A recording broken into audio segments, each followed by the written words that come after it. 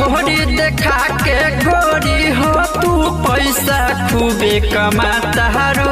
अरे हितावा ई भौजी खाली ढोंढी नु देखावतिया, लंगटे होके नहीं नु नाचत कि तोर गाने में इतना खोजली भइल बे कि कहत रे के ढोंढी देखा के पैसा खूब कमाता रू।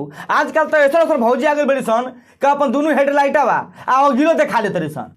हाय दोस्तों, कैसे आप लोग? आशा है कि आप लोग अच्छे होंगे। दोस्तों आज हम रिएक्शन करने वाले हैं क्रेजी भैया के वीडियो के ऊपर, और इस वीडियो का ओरिजिनली मेरे डिस्क्रिप्शन में जाके चेकआउट कर लीजिएगा। और इस वीडियो का ओपिनियन दोस्तों आपको लास्ट में बताएंगे। चलिए बने रहते हैं मेरी इस वीडियो में।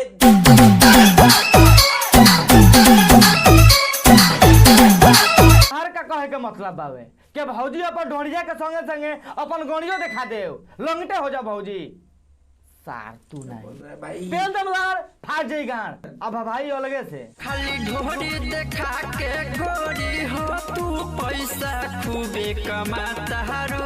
अरे ये कमाए के दिमाग वाका भौजी लोग के लंगटे होके नहीं नाचत कि तोर गाने में इतना खोजली भइल बे कि कहत रे के ढोंढी देखा के पैसा खूब कमाता रू। आजकल तो ऐसा भौजी आ गई बड़ी सन कि अपन दोनों हेडलाइटवा आ गिलो देखा देते रही सन। फॉर एग्जांपल कैमरामैन तोर कौन सी कास्ट है?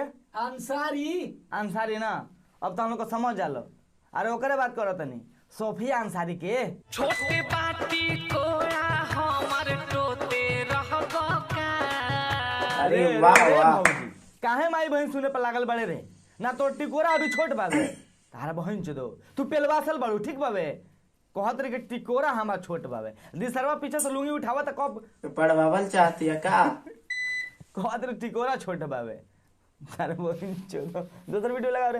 अरे मोदी जैसन रात भर तू लेते रहबो का। ओह माय गॉड, ये लोग क्या क्या बोल रहे? अरे भौजी पगला गुल बड़ू का हो सरवा। मोदी जी को है तारा के मतलब मोदी जी केकरा के लेते रहन हो? उनकर तो बहुत पहले के ब्रेकअप मतलब डाइवोर्स हो गइल बाबे। वो अपन वाइफ संग रहबे ना करलन। आ ई भौजी करे बहन जो कौन जी कहती है मोदी जैसन रात भर लेते रहबा का। ए तार बहन तो भौजी शुक्र मनावा का मोदी जी नहीं तारा लगिया, नहीं तो उ मरिहन नु समझ ल 70-75 साल का बुढ़ाइल बाबे लाने पर मुंह देबू।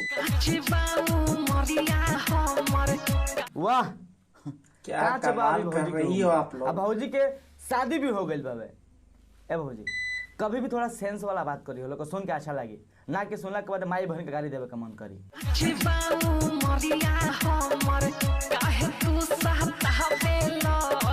ए कच्चे उम्र में शादी कौन करे बोले भाजी? उसरा तारा का पेलल चाहता है तू दे तो नहीं को वही से सारा तारा का परेशान कइले बा। एक टिप दे दो वो सेटिस्फाई और तू सेटिस्फाई। बेहरी तेरी देहिया से कपड़ा हटावेला।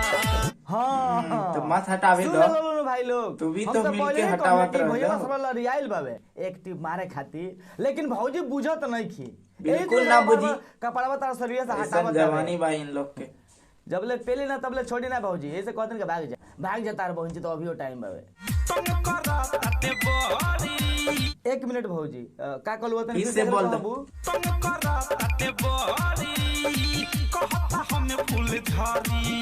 ए भौजी उ तो नहीं करत हो, ओकरा मन करत। हाय दोस्तों, ये वीडियो यहाँ पे खत्म होता है। और दोस्तों मैं बता दूं ये क्रेजी भैया का जो रिएक्शन वीडियो अभी आप लोग को दिखा है काफी अच्छा है। और जो भी क्रेजी भैया रिएक्शन वीडियो बनाते हैं और अच्छे रहते हैं, और जो भी गलत गाने रहते तो उनके बारे में बताते हैं। तो हालांकि ये बहुत ही अच्छा है इस एक प्रकार का। और दोस्तों मेरा ये न्यू चैनल आप लोग से उम्मीद करता हूँ दोस्तों हमें सपोर्ट करें, ताकि आप लोग के लिए अच्छे अच्छे वीडियो लाता रहूं और आप सभी ढेर सारा प्यार हमें देते रहे। तो दोस्तों मैं सपोर्ट करने के लिए इस चैनल को सब्सक्राइब कर दीजिएगा और फिर मिलेंगे नेक्स्ट वीडियो में।